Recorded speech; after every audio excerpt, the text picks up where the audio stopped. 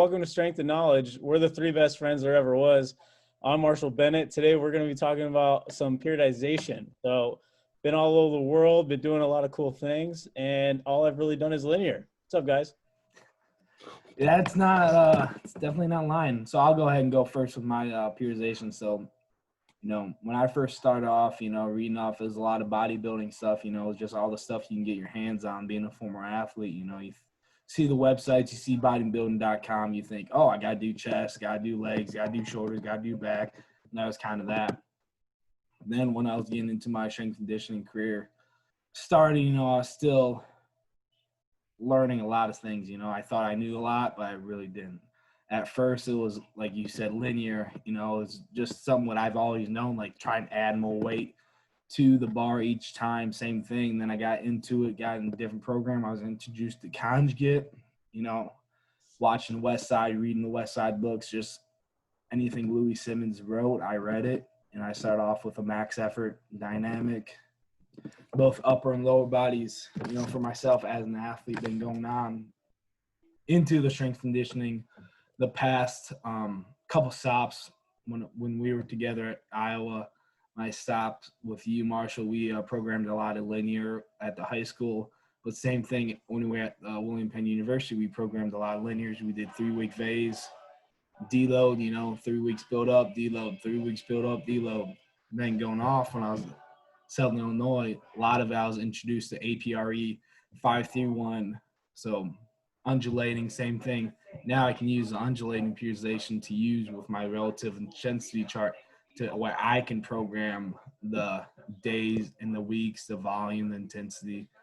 So now back at the high school, I've been going back off onto the 5-3-1, the APRE, because that's something simple you can give to the athletes.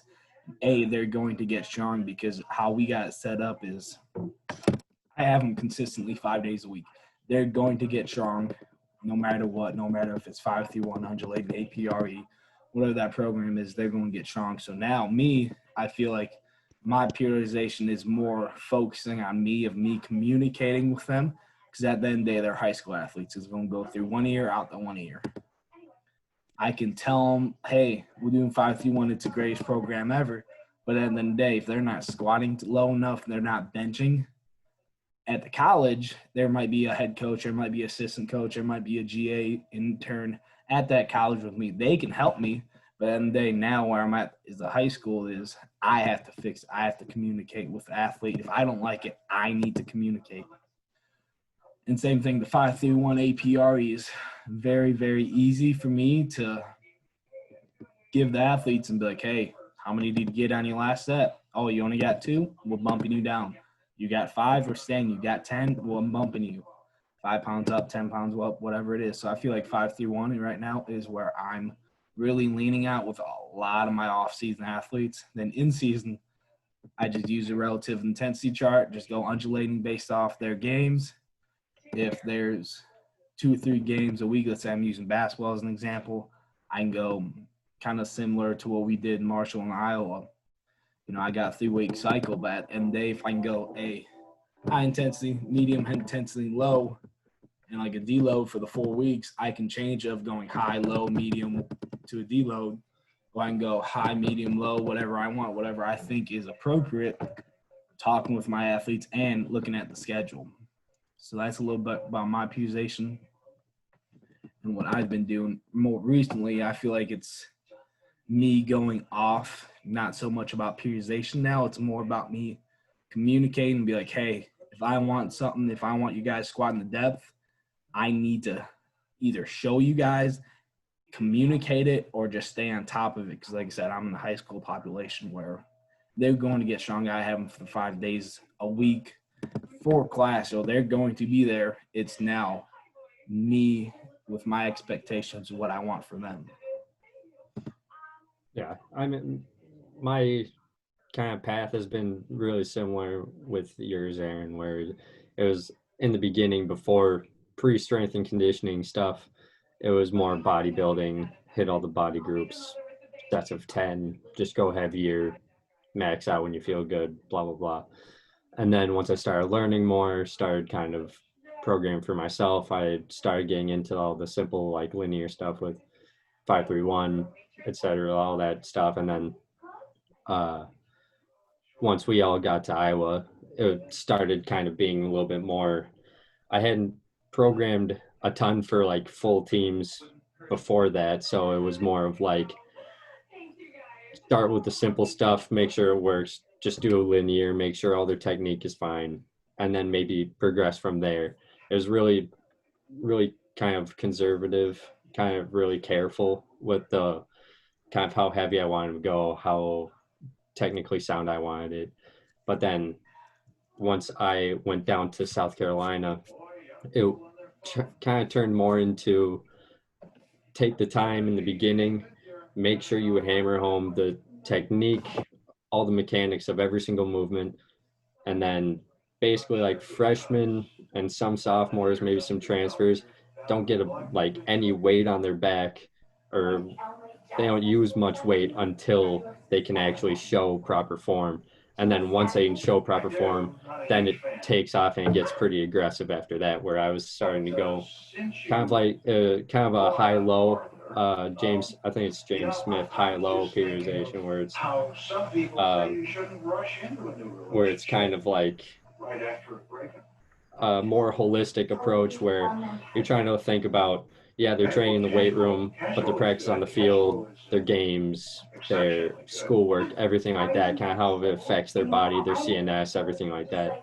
So like day one, and if they're in there for 4 days, day 1, day 3 are going to be their high CNS days, where it's just going to be heavier. We're going 80% and up, and just trying to make sure that we're not going too far where their technique starts to break down, but we're not, just absolutely kind of babying them on it.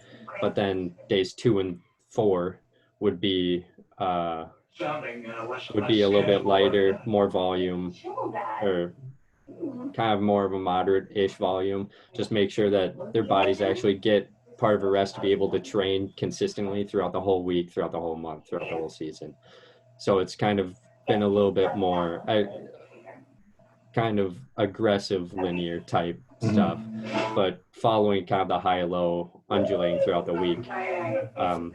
Exercise selection has changed a ton, like stupid crazy change on exercise selection. I've gone through phases where I only want my athletes to go down to parallel for squats, and then I went, we're going full Olympic squats where you have to go ass to grass.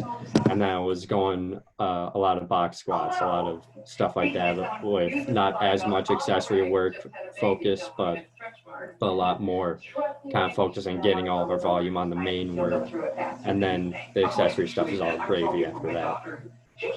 Yeah, I feel like for me, like as you said, a bunch of the CNS, and like I said, now being back in the high school from being in the college for a while, call me wrong, call me ignorant, whatever. Right now, with as it might not be the most scientific thing to think about, I think I've only deloaded my guys, I think one time this entire time. I've been just running five. If they're off season, I've been running 5-3-1 for quite a bit. Like obviously I'll back them down when I need to, but realistically in my approach, I think, say it again. Like a true deload, like you'll like lightly like back off, but you're not talking about like a true deload. Like you haven't truly deloaded and like just I got bumping down to like 50 or 60 for triples or a set of 4. But like even though like kind of how we had when we were at Iowa is like they're high school kids, like they go to practice, but do they train hard enough? I have them 38 minutes. My entire class is like 45 minutes with change in and change out. So I got like 38 minutes at tops. So do they train hard enough? Do they train long enough? And on top of that, are they really showing that CNS when all of them are growing? They're going through puberty, they're growing, their testosterone's growing, everything's skyrocketing. Do they really need a deload? Because, like I said, probably some of them don't train hard enough. Don't train that often, because even though I got them 5 days a week, only in the weight room for 38 minutes 3 times. And then the other 2 weeks you're doing some sprints, some throws, some jumping for 38 minutes. So like truly, do I really need deload if I've seen concept progress? Obviously, if I'm like, oh my gosh, at like no one's hitting, let's say one of their third weeks of 5-3-1 and we'll try and hit ones or whatever, and they're like getting buried. Obviously, I'll deload them next, but I mean, if they're still doing progress, and I feel like that's what I've changed as a coach, you know, like I said, maybe not necessarily the right way, but now it's like, to me, I can feel confident of as much as I said, do they train hard enough? Do I got them long enough? And they're still young. They're getting energized bunnies. So I feel like that's how my periodization has changed with. Oh yeah. I Well, mean, especially with high schoolers, they can run through a brick wall and be fine the next day. Yeah. That's why I tried to. I like that kind of like de-emphasizing a deload, where you don't deload until you really kind of are pushed to have to. Yeah. Where that's kind of what I was going through with the college kids down in South Carolina, where it was like I wanted to kind of just keep pushing it. I didn't want to necessarily deload, Yeah. like in the true sense, deload hitting like 50% for few or whatever. I still wanted to keep like, even if we went up to like a single at 80% or a few singles or something like that, just to kind of keep that stimulus in there. I would still have them do that, and then that would basically be the cutoff point. We would go through some movement quality stuff, some body weight stuff, a plate circuit, something like that, to be able to kind of like keep them moving, keep some volume in there, but deloading more on the volume than on the intensity. Yeah. I mean, I think Aaron really nailed it on the head talking about like consistency. Like, I mean, throughout every year that we are coaching, like that's the biggest key factor in my opinion. I mean, in the college setting, when I was at Air Force, it was super easy because those guys have to be there. They can't go anywhere. So they're going to train, 5 days a week, every week. And, there we stayed pretty linear. We didn't really change that up at all. That's all up to the head strength coach. And then when we moved to Iowa, we stayed pretty similar to the linear periodization, but as we saw in the high school setting and we saw in the college setting, like if the kids don't want to be there, they're not going to be there. And over the summer, you see huge drop-offs because everybody goes home and they don't do anything, or they say they're going to do something. And now being in the private sector, like the two biggest differences that I see now is, the professional athlete aspect of things where you see them, 4 months of the year when they're not playing the sport or when they're not vacationing, they're going to train hard for 4 months and they're pretty consistent. But then what are they doing throughout the year? You don't know. You just hope they stay healthy because, I mean, that's our number one philosophy, our number one job, right, is we're trying our best to prevent injury. That's our job. But when it comes to middle school, high school kids, like that's the most consistent that I see. And I think 5-3-1 is the best way to initially start those kids because then it gives me a pretty good starting point on strength levels. So I can create a percentage-based system for them because, I mean, personally, I'm probably going to go linear anytime I can get, and I'm going to base it off percentages because I like it that way. And I think it's the easiest that way. I'm not, shooting in a barrel, hoping to hit something. I'm being pretty accurate in what we're doing and knowing what numbers we're trying to hit. But when it comes to, the professional athlete, I kind of look at it the way that Matt Winning kind of talks about his 5 format. So we need to get volumes, we need the reps, and we need the strength levels up, right? And part of your strength is not just, lifting as heavy as you can, it's also becoming more conditioned and well endurance in the muscles as well. So I kind of wrap in that 4x2. Professional guys, they're still getting into our lifting format, still going to jump, they're still going to do all that stuff. The biggest emphasis that I look at when we're running and jumping and doing all that, probably resistance training, just kind of, we have these like surgical tube bands that we do, resisted runs, over speed training, like upper speed runs and all that kind of stuff. But I think consistency is the number one thing. And when it comes to periodization, I tend to think it's kind of, what are you doing for periodization? Well, who are we talking about, right? Because different athletes are going to need different things. And like Aaron talks about, having high school kids 5 days a week, even if they're only training, 40 minutes, it's what are you doing in those 40 minutes?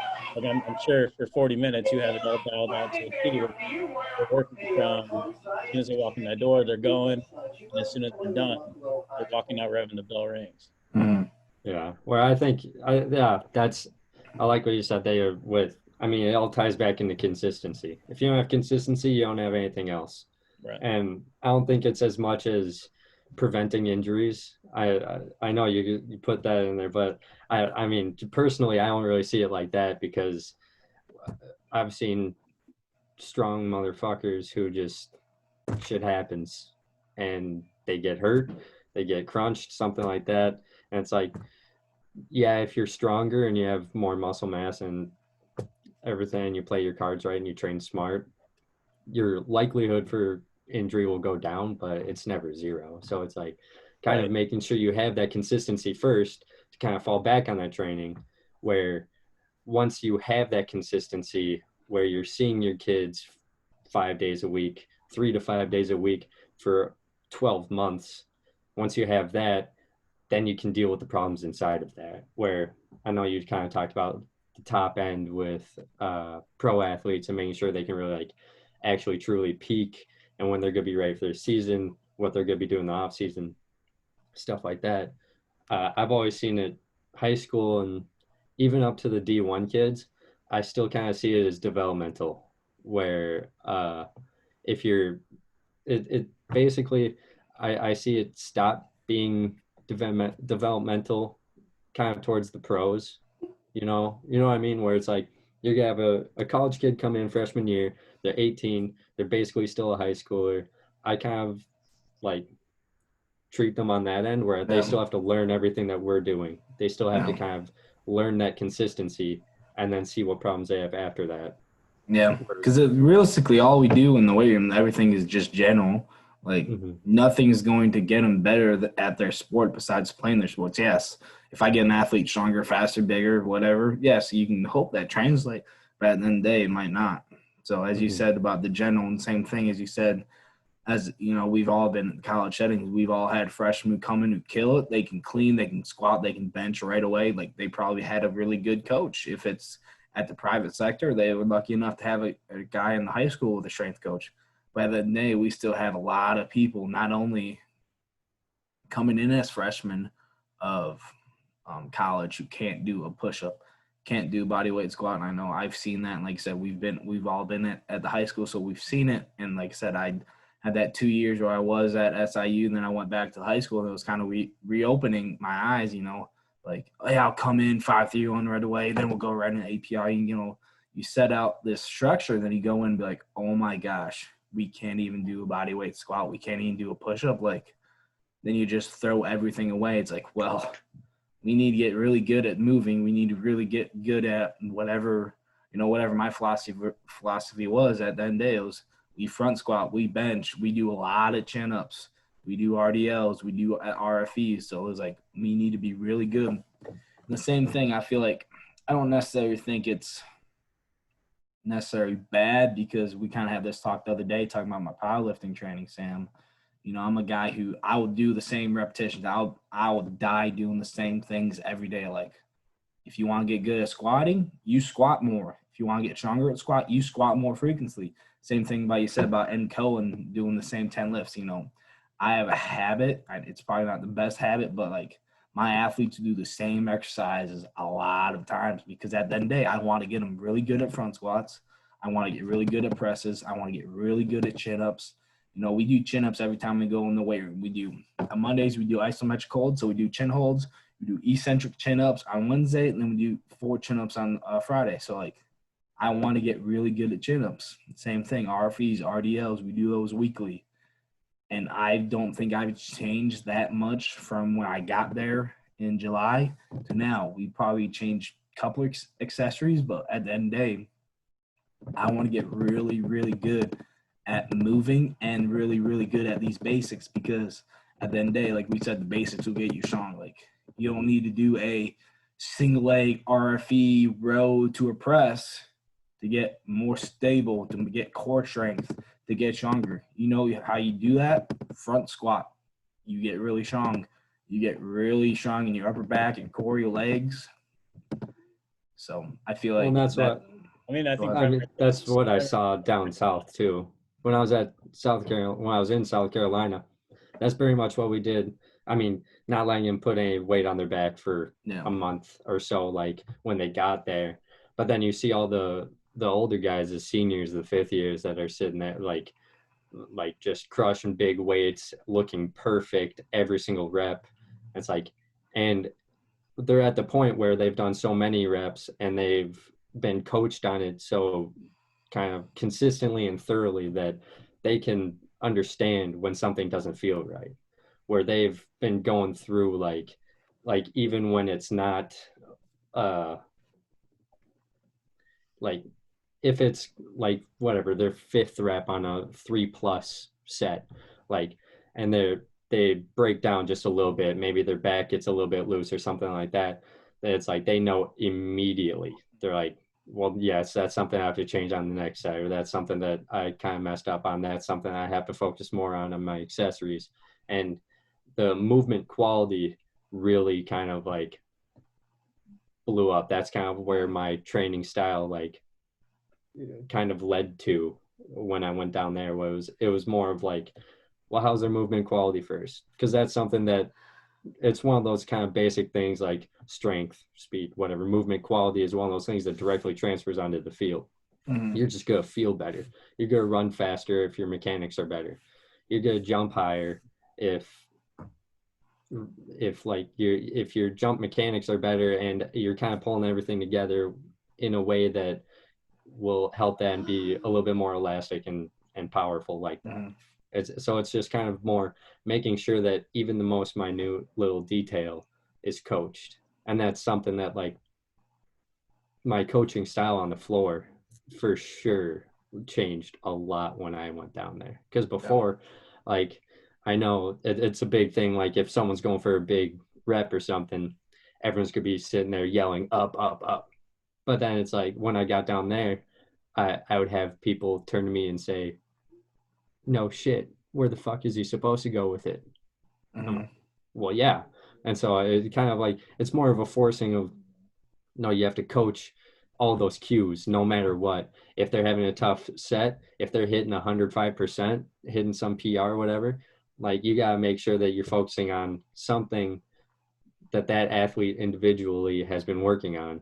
And that's kind of like that communication thing that you were talking about, Aaron, where it's the more communication you have with your athletes, the more the better you're gonna know them, and the better you're gonna know how they move, what their weaknesses are, how like where they've come from day one, and that's just huge. Where it's like we would have camps for the football guys down south, where the older guys would kind of be like whatever group leaders or whatever, and they would just watch the other kids, or like we would take the high school kids who were coming in for the camp, we would take them through warm-ups, kind of, you know, do some running prep work, some or whatever, jumps, stuff like that. And the older kids would come up to us and be like, "Does I look like that?" And we were like, we just look at them, we're like, "You looked fucking worse, man." And they're like, "Oh, Yeah. I've come a long way." And it's like, yeah, it's all that. It's something that I don't think it was talked about very much, Yeah. is just that movement quality. Yeah. Going Yeah, off that, you that- kind of mentioned about the I think coaching. that's Go ahead, Mello. You haven't talked that much. Go ahead. well, I just feel like, I mean, honestly, before you even talk about periodization, I think that quality of movement comes first. And I mean, in my interns like midterm that they have, one of the test questions is, what is training?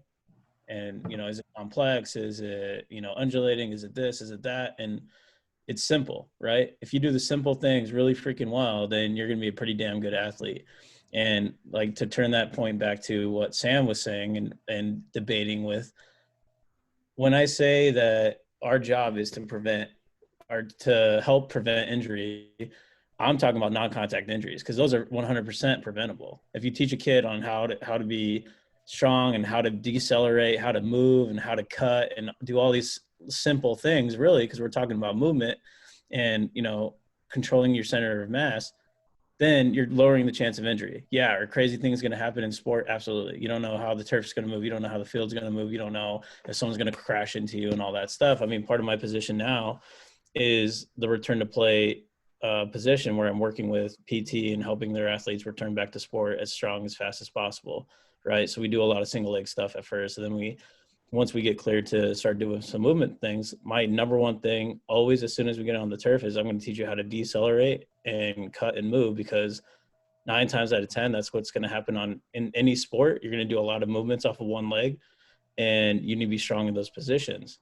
One of the girls I had, she was a softball player. She tore her right ACL for just trying to round first base. So she ran as fast as she could to first base, and then they told her to keep going to second, and she just tried to plant and move, staying up high to go to second, and her momentum went forward and her body went left, and she tore ACL. And to me, that's super preventable, because if you understand how to decelerate and lower your center of gravity and allowing your hips to take that load, then you're taking away that chance of injury. So just want to throw that back at you, Sam. So, well, the tough part is when you get into kind of that movement quality and stuff like that, is setting your standard, because that's the dangerous part of it, right? Two coaches are alike. You're not going to have two people who have the exact same training principles, like that they base everything off of. You're not going to have the same two people who think like that their athletes need like these muscles to be strong, these 5 muscles or whatever. I worked with a coach one time who said, if we have like this many, if we have four offensive linemen squatting and benching this much, and he had it for every position group, if we have them squatting this much, benching this much, cleaning this much, we're going to state. And it's like, that's kind of where he set his expectations. And it's like, you have to kind of take that specificity and you have to put it into everything you do. Like, if you're going to say, like with running and stuff, you say the first thing you're going to do when you bring them onto the turf is teach them how to decelerate, how to cut, stuff like that.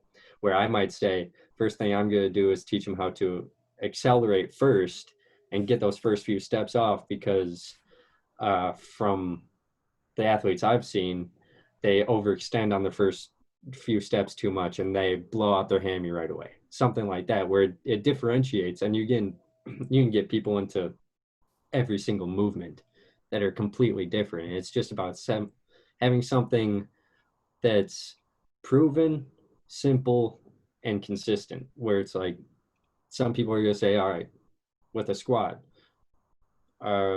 we squat ass to grass, or we base everything off of our box squat. So we're going to, get our hip just below our knee, and then we're going to come back up, and that's it. Like, we're not going ass to grass, something like that, where it's having that consistent movement and knowing what's important to you in that, as long as it makes sense, right? So it's like, it makes sense to learn how to decelerate first, how to, crawl before you can walk, stuff like that, because it's like, everyone has to decelerate, because if you accelerate and then you just fall over, like, that's not efficient. So it's like, you have to learn how to decelerate properly. And so that's where it gets dangerous in what do you get focused on. Movement quality is one of the top things that are super important, but it's like, what type of quality, what are you specifically looking for? Where it's like, I've been at other places where I've asked the coach, like, the first day we're squatting, we're in there with the football team, I ask him straight up, how do you want me to coach us? What cues? Give me some guidelines, like what depth? What do you want their feet to look like? Something like that. And some coaches I've worked with haven't had an answer. They're just like, as long as it looks good. I'm like, okay, well, I got a lot of work then to figure out what that is. But then, like, some other coaches I've worked with have been like, no, here's like 100-point bullet list of exactly what the fuck I want you to say to them and exactly how it should look. And I'm going to make you go through 3 months of this program to make sure that you don't fuck up the movements when you're demoing for me. And it's like, that I'd rather have more specific and more strict on what your expectations than something that's kind of more general and a little bit more, you know what I mean? Yeah, it makes sense, because like you said, there's going to be different people. I might coach a squat different than Marshall. You might coach a different squat than me. You know, I might be a front squat guy. You might be a back squat guy. Marshall's probably a split squat guy, a trap bar guy. So it is what it is. But at the end of the day, you know, you got to live with whatever eggs are in your basket. And those eggs better be coached really, really well. Because like I said, now going back at the high school population, like if I don't see a squat what I don't like, it's up to me because I'm the only one in there with 20, 30 athletes. If I don't like a chin up, what's not full range of motion, because at the end of the day, if I let it slide, the next day it's going to slide again. Like it's just going to keep sliding until I walk up and like, hey, this is what I want. Even though sometimes I say, okay, full range of motion, I fully extend my arm. Guess what happens next time I see him on that chin up bar? Another half rep. So it's just that constant communication, you know, that constant coaching of the movement of whatever I want to be done that day. If it's speed work, if it's the warm up, you know, I have a highly intentful warm up. Like when we A march, we A skip, we're doing it with a purpose. We're doing it to get faster. We're not just doing it to warm up. There is a purpose of everything we do in the weight room. I think that can help with not only the constant feedback of the coach, but I think it also can help from the constant feedback from the athletes too. Yeah, I don't know what do you guys use like for your programming and stuff like that? Do you stay on Excel or do you go like Team Builder or something like that? Like No, I app? use Elite Form for our apps. You know, I just print off the sheets and have them from weekly. So they got a sheet weekly from off Elite Form because I know I was able to get that one because I liked it when I was at SIU. And like I said, I'm hopefully get Team Builder. Hopefully we get some tablets up there, kind of like how we had when we were in Iowa. So that's a plan. But Yeah, because that's one thing that changed for me going from when we were in Iowa to when when I went down south. It was like when I went down south, we would do everything on Excel, but then we would not give any athletes the training card.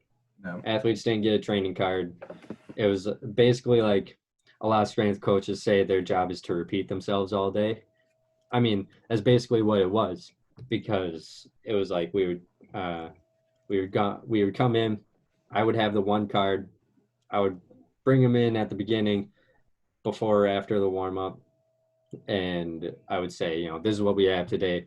This is the percentages that we're going to be working with, just to kind of let them know, like beforehand, you know, get into your head, this is the kind of weight that we're going to work with today. But then, like during the actual training session, that gave me a whole lot more freedom. I didn't have kids like checking the tab. This is just personal preference. I didn't have like, I felt like it put a little bit more concentration into the actual training, where it was like, it was weird because I was like, no one knew what was going on except me. But it was like, that's where I had to basically like, my voice would be hoarse by, you know, the first 2 days coming back from a break or something. But it was like, by the end of the semester, everyone knew exactly what we were going to do. Basically, for every single day, they got into the groove, into the rhythm, to be able to say like, all right, we're doing this movement, same as demoed it 50 times. So we know how to do it. We know how to do it well. And if they have any questions, they can ask each other for a reminder or something like that. But there wasn't kind of like, oh shit, what weight do I have to do now? Oh shit, what weight, or like, what are we gonna do next? Or what's after this? And it's like, yeah, kids are gonna ask that because they're curious, but it's like you just stay on task. And it's crazy how much more communication there had to be, because it was like, if someone's doing the wrong movement or something like that, maybe they weren't paying as much attention. Because if you have a group of 50 and you have two guys doing something completely different than the other 48, they weren't paying attention. And it's like, following simple directions is a big thing in being able to be consistent. I mean, we still use Excel right now. We're supposed to start using Edge 10. I haven't really used the platform yet, but for research purposes, it's supposed to be a lot easier to extract data whenever we need to. So that's why we're going to go with that.